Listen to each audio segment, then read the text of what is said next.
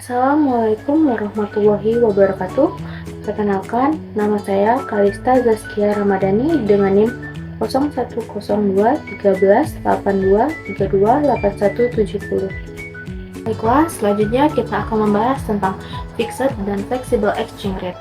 Dapat kita lihat pada gambar kurva di atas, itu menjelaskan tentang fixed exchange rate pada kebijakan moneter. Dapat kita lihat pada titik E0 menjadi titik awal keseimbangan karena garisnya yaitu pada garis IS dan LM0 saling bersilangan dengan garis BP. Kemudian, adanya peningkatan jumlah uang beredar atau dapat kita singkat menjadi JUP dapat kita lihat pada kurva LM0 tersebut bergeser ke kanan, yaitu ke LM1, sehingga tingkat suku bunga menurun yaitu dari R0 ke R1, tetapi outputnya meningkat dari Y0 ke Y1. Kemudian pada S1 menunjukkan bahwa terjadinya defisit pada neraca pembayaran. Hal ini mengakibatkan penurunan pada suku bunga sehingga terjadinya capital outflow. Selanjutnya pada kurva kebijakan fiskal, itu pada titik keseimbangannya berada pada titik R0, kemudian terjadi peningkatan pengeluaran pemerintah, yaitu dapat kita lihat pada kurva IS0 yang berubah ke IS1 dan kurva ini bergeser ke arah kanan. Hal ini menyebabkan kenaikan pada output yaitu dari Y0 ke Y1 dan juga diiringi oleh suku bunga yang meningkat. Kemudian pada titik E1 itu menunjukkan surplus neraca pembayaran.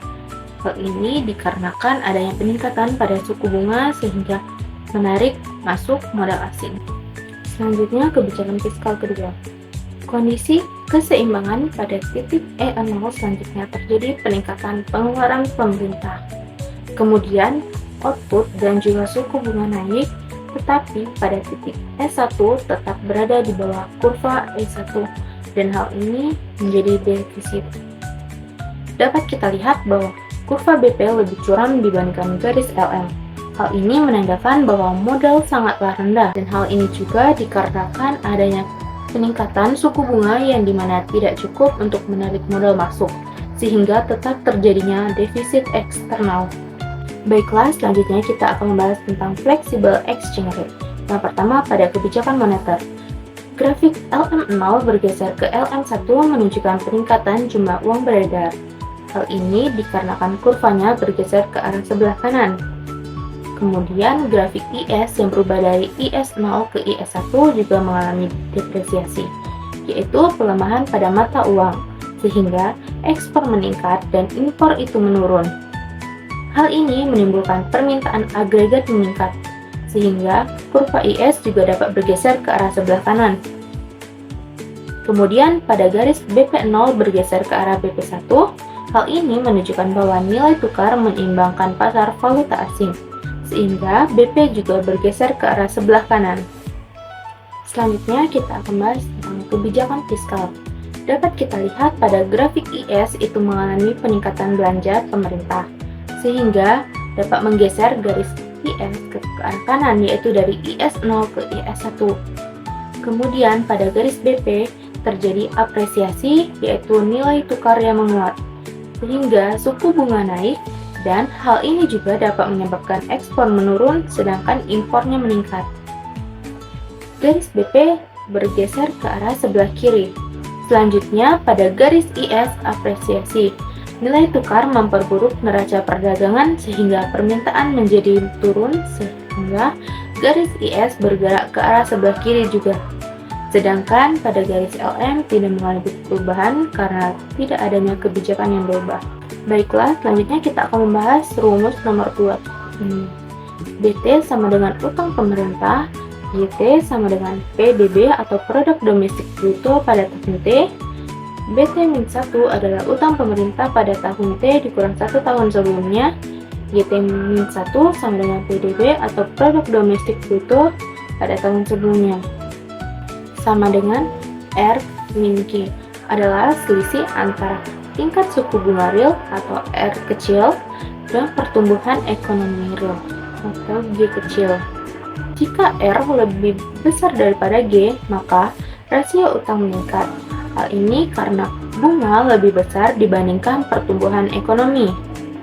Sedangkan jika R lebih kecil daripada G, maka pertumbuhan ekonomi dapat menurunkan rasio utang. Selanjutnya ada GT. GT di sini adalah belanja pemerintah pada tahun T. TT adalah pajak tahun T, dan YT adalah PDB atau produk domestik bruto pada tahun sebelumnya. Jika G lebih besar daripada T, maka pemerintah harus dapat menambah jumlah uang. Sedangkan jika G lebih kecil dari T, maka pemerintah mengalami surplus dan utang juga dapat berkurang. Selanjutnya, pada nomor 3, kita akan menjelaskan tentang teori intertemporal budget constraint oleh Irving Fisher. Dapat kita lihat pada gambar tersebut, yaitu pada garis B ke A.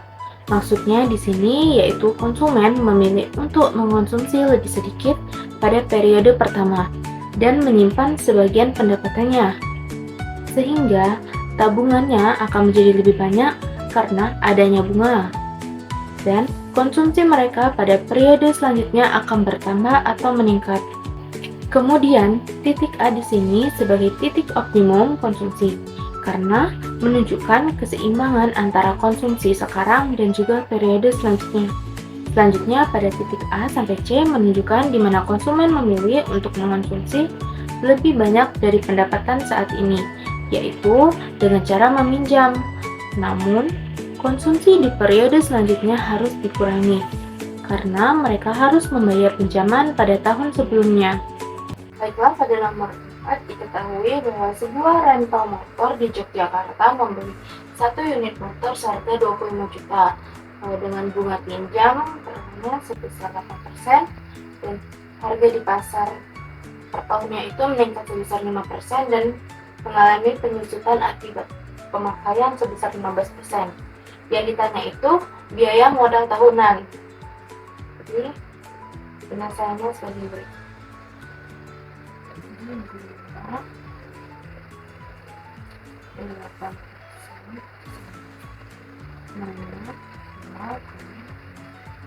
8% jadi 0,08 dikali 21 unit berarti 25 juta.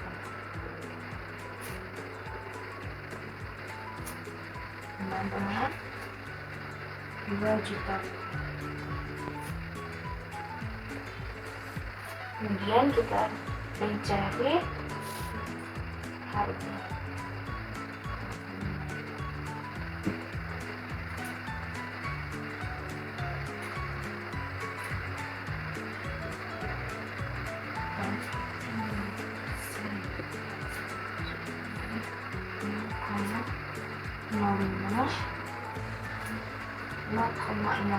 Dikali 20 juta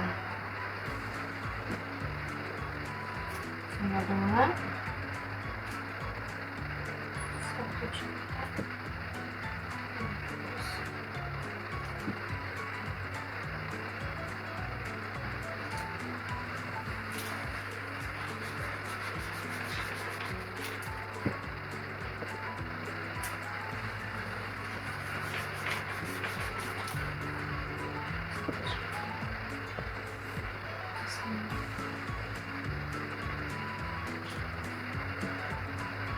Kemudian kita mencari penyusutan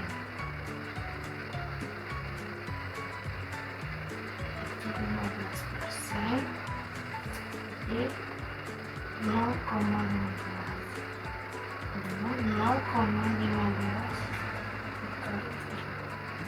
25 juta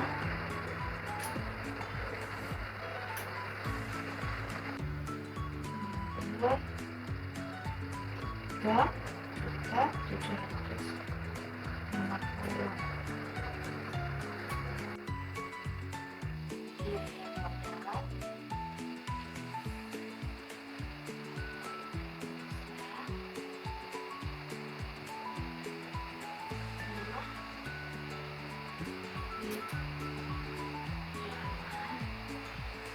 tambah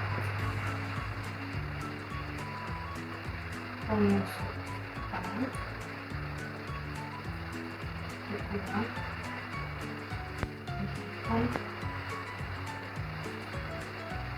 harga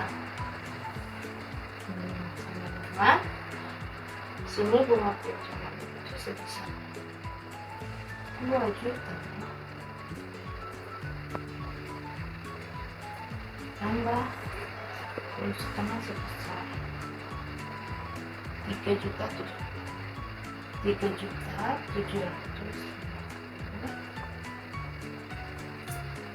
terus kurang 1 juta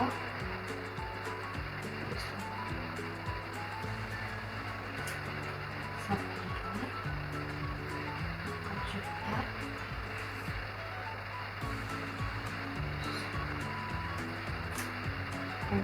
jadi biaya modal tahunan biaya program pemerintah sebesar 4.500.000 rupiah.